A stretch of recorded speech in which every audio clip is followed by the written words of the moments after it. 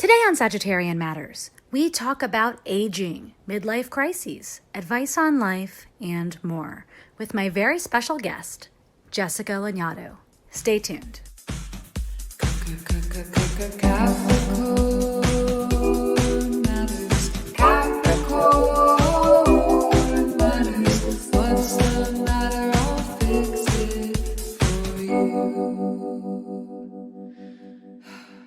Capricorn Matters. Hello from the Sagittarian Matters Social Distancing Studios in Los Angeles, California. This week, I spoke with psychic astrologer, friend to the show, Jessica Lanyadooo, from her office in Oakland, California, and we answered so many of your advice questions that I'm going to have to break them into two power-packed thematic episodes. Today's theme is aging.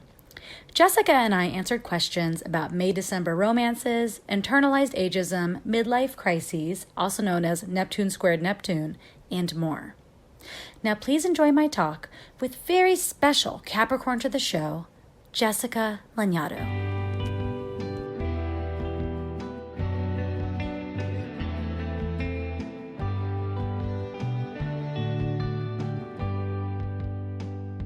Jessica Lanyadooo is an internationally respected astrologer and psychic medium who has been in private practice with clients all over the world since 1995.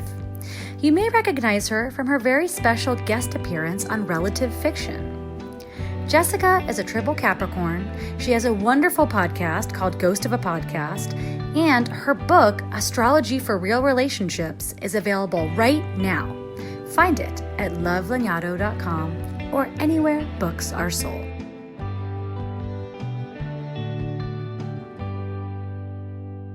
Jessica Lanyadooo, welcome back to Sagittarian Matters. Always a pleasure to be a Capricorn on Sagittarian Matters.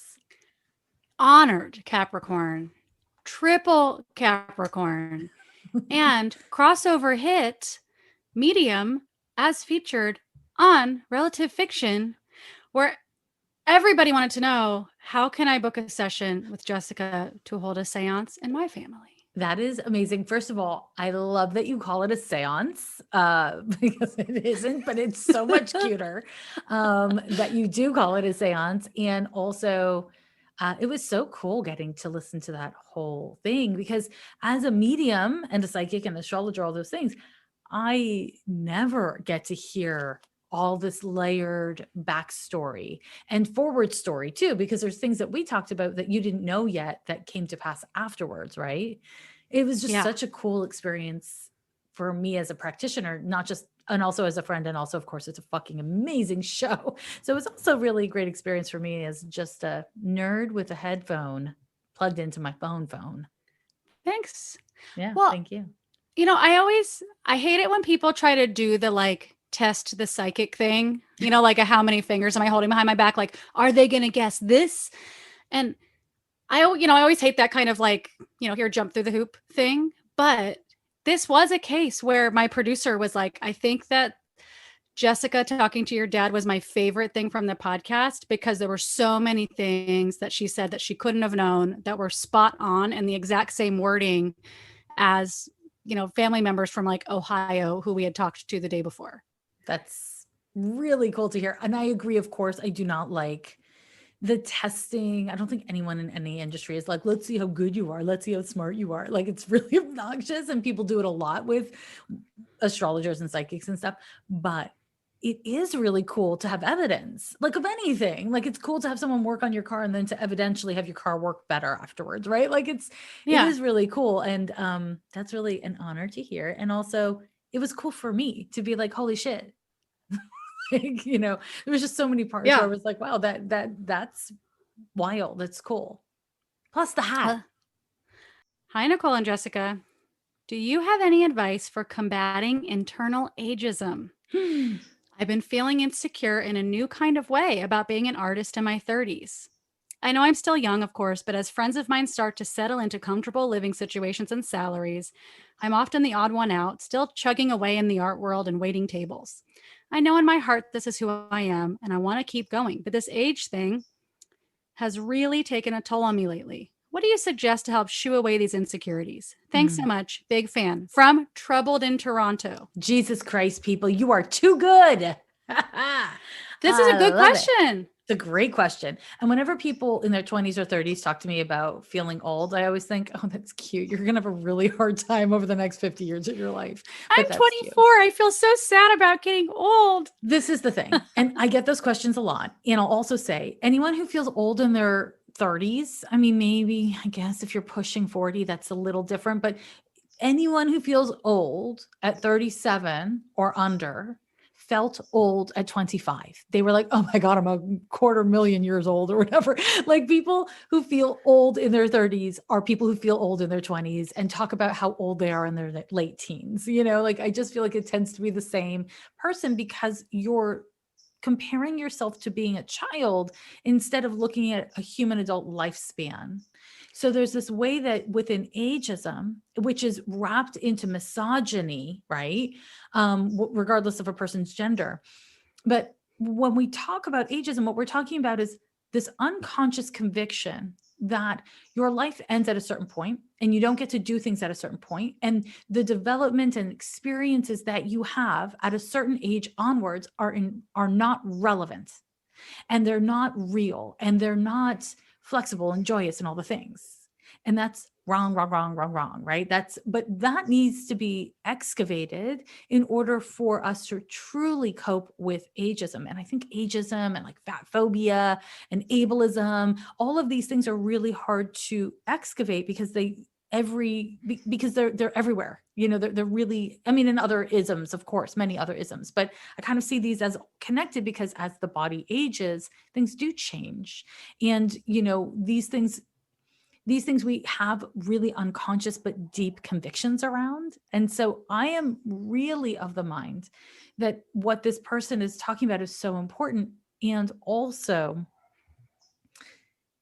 the only answers come really from deep within. Oh, yeah. Well, I mean, I wonder also if this person's queer, because there's that whole book and theory about queer failure, which is basically like people tell you when you grow up, you know, here's the signs of growing up. And they're very capitalist ideas of growing up, which includes like getting like straight capitalist heteronormative, like you get married, you buy a house, you have a baby, you have a car.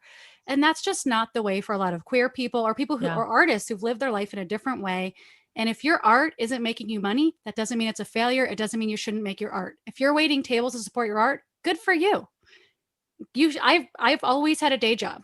My day jobs have, you know, sometimes been art focused, sometimes not. I've always had a day job to support my art. My art not supporting me doesn't mean I'm a failure. It just means that's not a price point that can support my life. Yes. But that's a really important point because I do think there's so many differences in straight cultures and not all queer people live in queer culture, right? I mean, I think that's also really relevant. A lot of queer people do live in straight culture and most of their friends are straight. And so there's those straight pressures that occur. But when the thing about aging is that you can run out of time for certain things. That's true. You know, your body will at certain points in your life be like, hey, bitch, look at this. It's new. It's different. There's things that change, including your values, including your needs. And I think when we're caught up in like ageist shit, we're not able to honestly and effectively consider those things. Right? Like, how do I need to, at 46 years old, think about saving money differently than I did at 36? Very easy answer. You know, it's like there's certain things that I just wouldn't consider doing as a middle-aged person that I would consider doing in my 30s because of a million reasons. And that's not bad. And I think, you know, kind of like ageist culture says that is bad, that being in your 20s and 30s is like cute. And being older than that is like, okay, now you're not relevant to society. And in you're many not ways, attractive to that's men. true. Right. Because you're not attractive to men. But also I think even men deal with a different kind of pressure. I mean, it's not the same for them. It's easier for them, but it is different when you're in your 40s, your 50s, your 60s, your 70s, your 80s. I mean, and this is like my perspective as an astrologer is that culture isn't made for you at a certain point. And that's not just modern culture. That's been going on for generations and generations. At a certain point, the primary kind of like consumers of a culture and creators of a culture are in a certain age group. And so everything is kind of made for them. And I think that that's real. And it's something that we all have to look at and cope with and think about that in our own ways, whatever that looks like. And for those of us who don't have kids, we have to keep on creating our lives in a different way than the bulk of people who do have kids. And there's more and more of us who don't have kids, right? It sounds like the questioner does not have kids at this time. Yeah. Yeah. And I think it's really important to look at like, well, what are the advantages of being older and how can you own it? How can you work it? You know, I personally have had a lot of friends in their 30s lie about their age in public. Yeah. The gasp. And I can understand why they have. I actually didn't get a book deal because I was too old when I was shopping my book around in 2019. So in 2019, I was too old to get a book deal. And there are absolutely a lot of things that we age out of, but I think understanding that as we age out of those things, other things become relevant, other things become resonant, other things become important. We have different values. It's something we don't talk about enough. And some of the reason why we don't talk about it enough is because people in their 30s and 20s are like kind of often leading conversations around aging, right? I have two things for this person. One is a piece of homework and one is a bit of mental advice. The mental advice is when you're seeing other people appear to have a comfortable life because they've bought a house or whatever, a lot of that is because they have inherited wealth. Generational wealth. Sometimes you don't see it and someone's like, we bought a house. And that's because they got married and did the heteronormative thing and someone gave them money or someone died. And if you don't have that, it's easy to be like, oh no, I'm too old. But this 25-year-old barista just bought a house and has all these. You'd have to really remember that classism plays a role in all of this. And also the idea of like growing up or being stable or whatever. The other thing is my homework for you is go like Jessica, like you were saying, like surround yourself with people to look at, especially on Instagram or whatever, not fucking 22-year-old influencers, but people who are older, follow them, aging icons, aging style icons. But also my homework for you is go volunteer with some senior citizens now that you're probably double vaccinated. Nothing put my life in a perspective more for me than talking to someone in their 80s who's like, what? You're 37? I wish I was 50. Yeah. Like when I was 50, I was in the prime of my life. Like I had it together. I had gotten rid of my husband. My kids were out of the house. I got to do whatever I wanted to do. My body was still working great. Like I wish I was 50. I can't believe you're complaining about being 30 something. Yep. That was really helpful. And also it's like, I want you to make visible the people that our society deems invisible because they're not serving a capitalist purpose. And that's old people who are out of your eye because they're not out working in front of you generally. Yeah. Or posting to social media. They're not wasting their life posting to social media. Many people, I mean, there's elder queer if you want to go, and there's advanced style, which are two things I like to look at on social media that have people aging realistically. But yeah, and on TikTok, there's actually a lot of creators who are much older people or who their accounts are basically just like posting their grandparents and stuff like that. You know, the world we live in now, it's older people are not integrated into like, because family isn't as big of a deal as it used to be. A lot of people don't have contact with older people.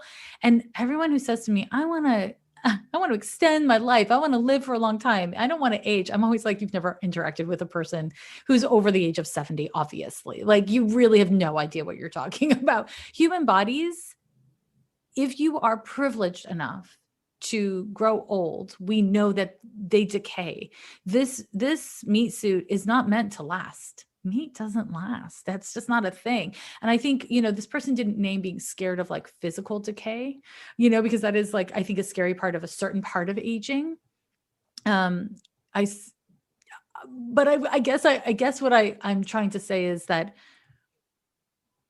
if we do not educate ourselves in the ways that you're naming, Nicole, and there's other ways as well, about what it means to be in a body as an older person, what it means to have a life as an older person, then we will feel isolated as it happens to us. And, you know, maybe you're at the age where everyone just got married and just got their house, and you're not yet at the age where everyone's getting divorced and is living on the other floor of the house with their partner, because that there's an age for that too, guys. Look at statistics. But it's really important to just understand that your life is going to be just as relevant and valuable, and happiness and sex and all kinds of things are going to be differently, but just as important to you in 15 years and in 30 years as they are now. And understanding that, remembering that, can help you to appreciate that this moment is always the youngest you'll ever be.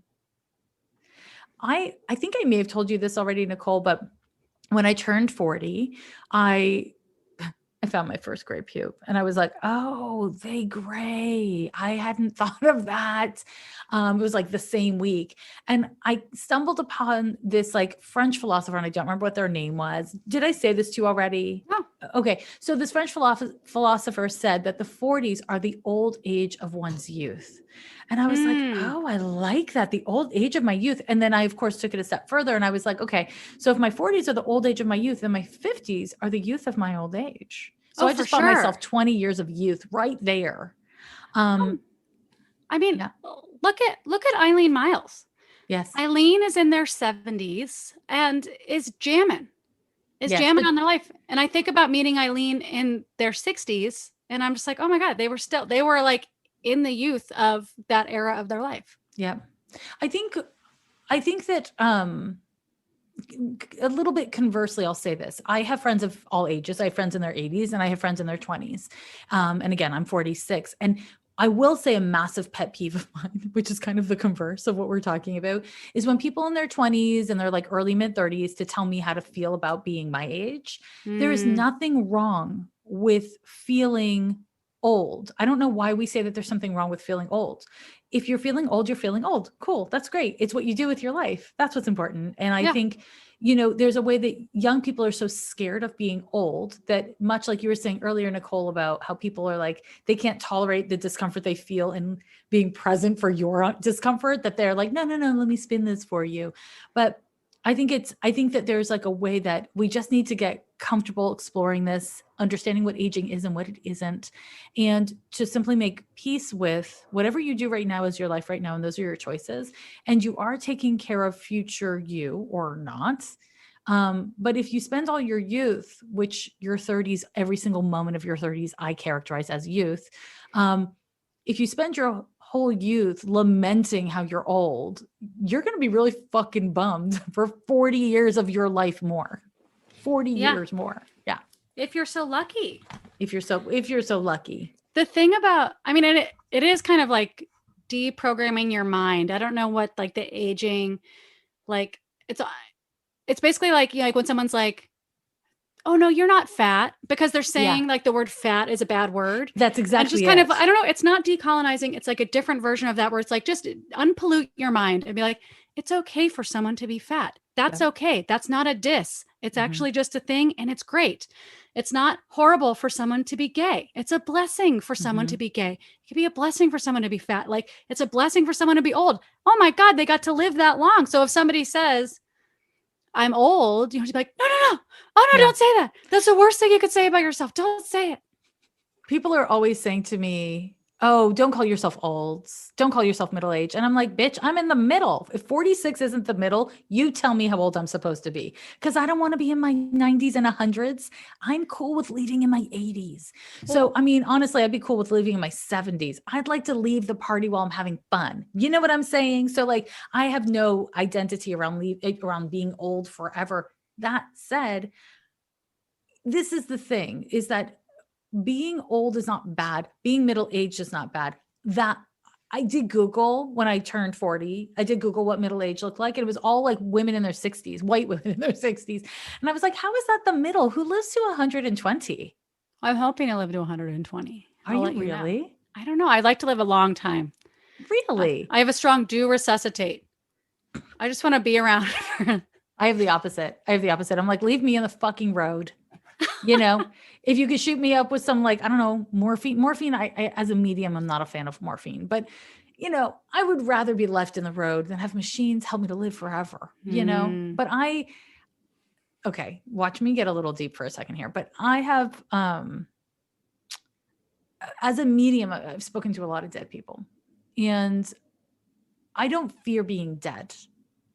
And I think part of what I wonder about with people who really want to live for a very, very long time, if you know what the quality of life is for the vast majority of old people, like very old people, is it informed by a fear of being a dead person?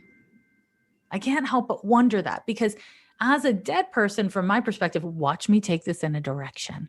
But from my perspective as a medium, being a dead person is it's life. Like, this isn't the only life. There's more of life than the meat suit. So I'm just kind of like, let me tap out when the meat suit stops, being in some version of functionality. But, not everybody gets that. That's just my perspective. I want out. Is there life after death? Wait, what? Like if death is a different kind of life, Mm-hmm. is there something after that? Yeah. Mm-hmm. As far as I know, I mean, I nobody knows, but yeah, as far as I know. Yeah. Now I have a new realm of fear of death. Really? Are you scared of death? I'm scared of not existing at all anymore, because I really enjoy being alive and checking out everything that's going on. Interesting. I mean, here's the thing. Regardless of what I think, I have had way too many experiences talking to dead people where they report things that are evidential to living people to have any idea that when the meat suit's gone, you're gone. The meat suit it's a container. And when you lose the container, you expand, you don't shrink.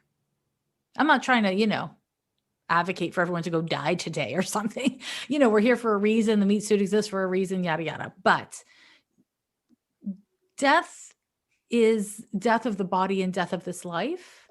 It's not actual death. There's no actual thing as death, as far as I understand it. Again, I've just talked to too many dead people to feel that there is. Wow. Yeah. Heavy. It got heavy. This is heavy. CCC, but that's what happens when you ask good questions. That's a great question, CCC. Good luck to you. Indeed.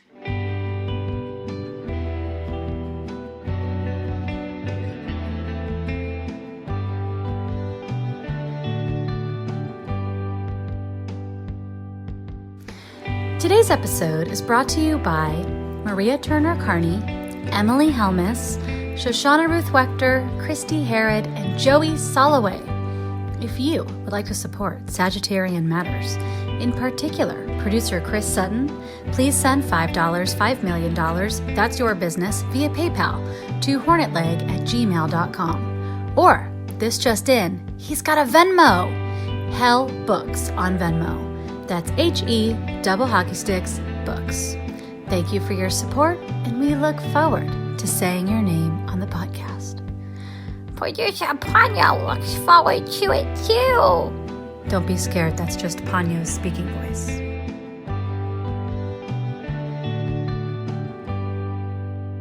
Hi, Sagittarian Matters. I would love to ask Jessica if she could talk a little about the Neptune square Neptune. I am going through this transit at the moment, and it's really depressing. Any survival tips on how to deal with the feelings of hopelessness or exhaustion that comes with it would be very much appreciated. Thank you. From Neptune in New York. I don't know anything about what this person's saying. I have to tell listeners, I get a lot of questions that are like Pluto, Mars, conjunct math, like lots of stuff happening in the math planet realm whenever Jessica comes on the show. And I can't choose all those questions because sometimes I can't even tell what they mean. That is so fair. And I'll say, I actually just dropped an episode, I think called Neptune Square Neptune, like maybe 3 weeks ago or something. So you should definitely check that out. And you actually, Nicole, might be going through a Neptune Square to Neptune as we speak because you're 40. You're 40? I'm 40. Have you always been this young or did you just become this young? I became 40 years young in December. Mazel tov, mazel tov. Hold on. What year were you born? Do you mind if I check so I can just know if I'm directing this to you as well? 1980. Oh, you were born in 1980. You are young. Okay, hold on. What's your month and day? December what? Oh yeah, you're going through your Neptune square right now. Okay, listener, I am with you. Yeah, you are together. So the Neptune square to Neptune is a transit that happens. There's like a series of transits that occur that are associated with middle age. So they are responsible for the, have you heard of it, mid-age crisis, which in the 1980s, the stereotype was the man leaves his husband and the man leaves his wife and kids, gets a red car and a secretary, and like acts a fucking fool, right? Yeah. And that is in part because when the Neptune square Neptune occurs, you start to feel demoralized by all the ways in which your life does not hold meaning. So let's integrate this with the 30-year-old who's like, I'm old. Here's the thing. If you in your 20s and 30s do not build a life that holds meaning to you, true meaning to you, then when the Neptune square to Neptune occurs, you will feel demoralized and empty. You will feel the sense of exhaustion about how much more there is ahead of you and how little energy you feel you have to do it. Neptune square to Neptune is a confusing time where we question our lives and ourselves in the most spiritual way up. So in a really kind of like ennui existential way, it like foundationally and then up through the layers of our lived experience and our entanglements. So the Neptune square to Neptune happens either before or after the Uranus opposition. The Uranus opposition is when people blow their lives up and they're just like, I'm going to get married spontaneously. I'm going to get divorced spontaneously. Yeah, we're pointing fingers. I'm going to move. I'm going to burn it down. I'm going to burn it down. Now, the Uranus opposition is when you change shit up because you realize that you're still young. Yeah, that's right. CCC, you're still young in your early 40s. And these two transits, they happen anywhere from late 30s to around 43 years old. It depends on the generation, the movement of the planets. But there's like this thing that's happened where the Uranus opposition has occurred and you had this like really upsetting time. And you may have felt liberated by that upsetting time, or you may have felt just completely like your life was disrupted. Most people feel a combo platter. And then the Neptune square occurs. And when that Neptune square occurs, you're kind of left with yourself. And because Neptune governs dysphoria and anxiety and spirituality and meaning, not in a material way, but in a really, really spiritual way, it's a difficult transit for most people to experience because you feel like, what am I doing? Like, what is the point of what I'm doing even? And where is my place in myself, in my life? It's uncomfortable. So what do? You simplify the questions you're asking yourself so that they're distilled to the most essential meanings and value. And you organize your life to be, again, as simple as possible so you can deal with what's actually important. So that might look like noticing how much time you're spending on social media, scrolling through a bunch of bullshit, or consuming content that actually pollutes your thinking, to use your term, Nicole, and to change that. This is a time where you do have to confront that you are not young in the way that you used to be. And you're actually not old yet. In your early 40s, in your late 30s, you are not yet old. What you are is young, but tick tock, tick tock. And so there's this sense of like, okay, so what am I going to do at this time? And when we talk about youth and age in this way, I want to just acknowledge part of what I'm talking about is you never really know what's coming next, right? Like you never really know what's coming next. But when you're in your 20s, when you're in your 30s, you can kind of visualize what you're going to look like physically. But let's be real. In your 40s, you're going to start to age more rapidly and differently in a way that's more on the surface. And you don't even know what you're fucking going to look like. Look at old people. They were all young people. They didn't think they were ever going to be old. Every old person never thought they were going to look like the way they looked. They had no way of knowing the way they were going to look. You are going to look like a different person. If you look at photos of old, people who are now old when they were young, you're like, oh, that's not necessarily a person I would have thought was the same person. That's just going to happen to you. Not to scare anyone. It's just part of being human. It's part of being a human. And so this is like not what most people are cognitively thinking about, but it's part of the spiritual crisis of like, how can you prepare your relationship to yourself? Because you still have years. You still have many years to engage honestly, openly, kindly with yourself around these things. But if you don't do this work, if you don't do the spiritual work of this period, the psychological and emotional work of this period, then you're going to find aging a lot more uncomfortable, like a lot more uncomfortable. So, this person's feelings are perfectly normal and valid and reasonable and are meant to kind of smush and nudge them to have different kinds of conversations with themselves. How long is this Neptune? Dos años, deux années, or 2 years. Wonderful. Thank you. You're welcome. Thank you. You're welcome. Mm-hmm. Well, I know from looking at family members that I can feel my body forming them. I will have jowls. Oh, and me too, honey. My future life is that of a bulldog woman, and I am leaning into it, but I can feel them forming. I can feel my jowls activating, and I'm getting liver spots on my face. Cool. If you're wondering about aging, I used to tell as a way to scare middle schoolers when they were being bad, I would be like, hey, you guys worried about acne and you think it's going to go away? Well, guess what? You could have a zit inside of a wrinkle because it never has to end. You could get acne into your late 30s. And now I'm like, you can have a zit inside of a wrinkle inside of a liver. Oh, yeah. Welcome. It could all happen at the same time. Oh, yeah. Absolutely. Absolutely. I mean, the thing about age, I hate it when people say age is just a number. Age is not just a fucking number. It's not just a number. Age is lived experience. It is a fucking accomplishment. Oh, It is yeah. an accomplishment. Every year you make it through this ridiculous life, it is an accomplishment. Obviously, this is where the Sagittarius and the Capricorn part ways, right? Because the Sagittarius is like, give me more life. Life is delicious. I want it to run down my chin. And Capricorn's like, this is a job. I will do it.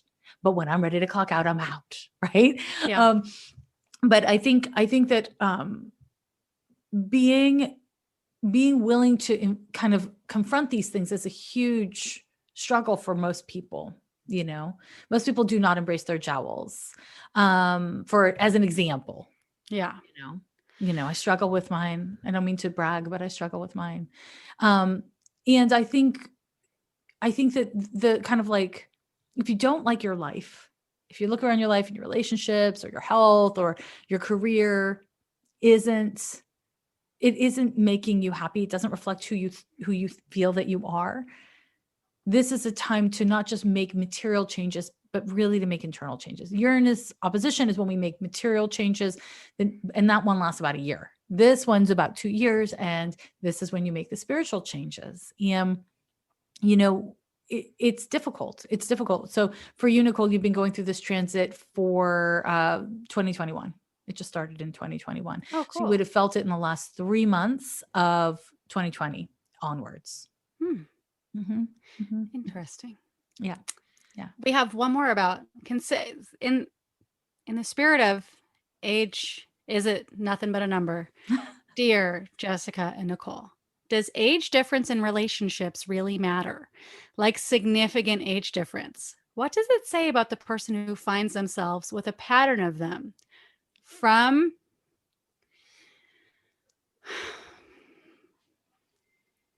significant age difference in Cincinnati. Okay, you made that one up. This person didn't tell me which side of this relationship coin they're on. And so we are just going to have to do our best. Also, they didn't say if they were queer or straight, and I think that makes a difference. I'm sorry. Yeah, well, when I was a younger person and someone who was older than me, like more than 10 years, was attracted to me, I thought it was because I was so mature and it spoke well of me. But now that I am those ages and above, I see that was a little more predatory or just an imbalanced relationship at best. Could not agree more. And every young person thinks that they're special and mature, and that's why the old person likes them. When in fact, most commonly, the old person likes a younger person because they themselves are trapped in a pattern where they only know how to interact intimately with people who are at a certain level. And I don't mean level like in a hierarchical way. I mean, listen, honey, if you're 25, at best, you've had 5 years, more realistically, 3 years of adult experience, right? Whereas at 35, you've had at best 15 years, right? And I think there's a meaningful difference because think of a 2-month period and how much you've grown. It's like when you're young, you can't hold that because you haven't been alive long enough to hold it. You haven't been an adult long enough to hold it. I felt like that when I moved out of my parents' house when I was 16 or 17. So by the time I was 19 and a 30-year-old wanted to date me, I was like, it's because I'm so mature, because I've been on my own in the streets.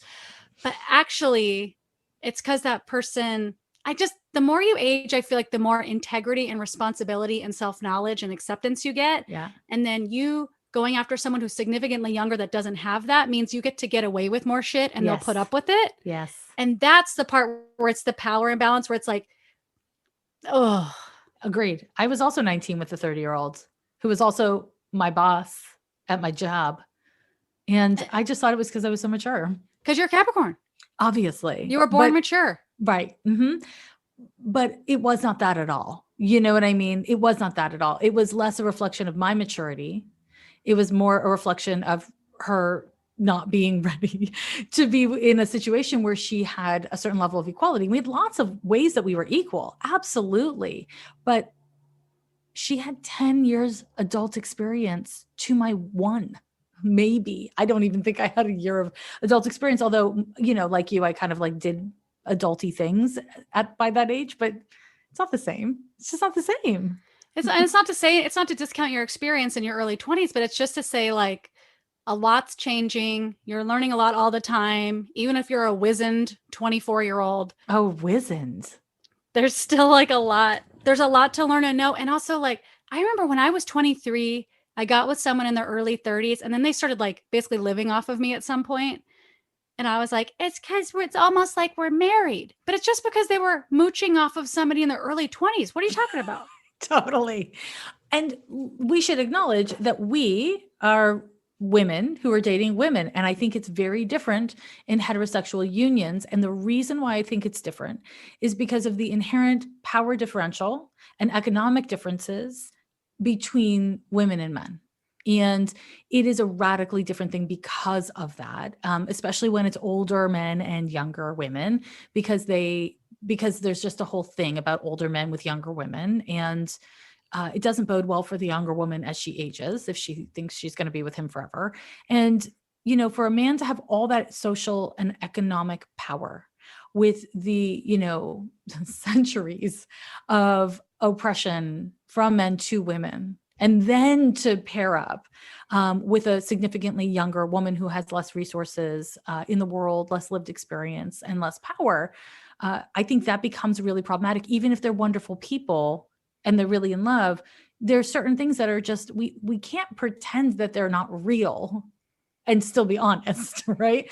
So I think that those things make May December romances, as they're called, a lot more problematic. I have seen the most successful May December romances between 2 men. And I have whatever vague theories about that, but certainly they can work, but any pattern needs to be investigated. And if you cannot or will not truly invest in people who are around your age, at least some of the time, that says something about you that I think is worth investigating. And it's not inherently bad, or doesn't necessarily need to be changed. But if you don't investigate it, then you cannot know. I just say, proceed with caution. And if you're the elder, I'm going to, I don't like to invoke Dan Savage very much because for a lot of reasons he's problematic. But a piece of advice that he had that's pretty good is the campfire rule, which is if you're dating a younger person, leave them better than you found them. Don't leave them better than you found them.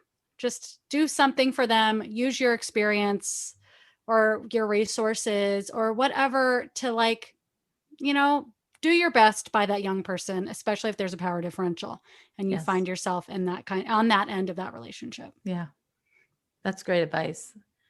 Jessica, you have given us so much of your time. I mean, I would talk to you for hours upon hours about all the things of the world, including May December romances, amazing acronyms to questions, and the perils of aging.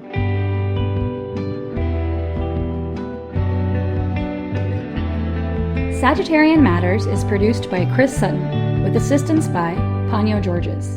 Our theme music is composed by Carolyn Pennypacker Riggs of the band Bouquet. Thank you for listening, and I'll see you next time.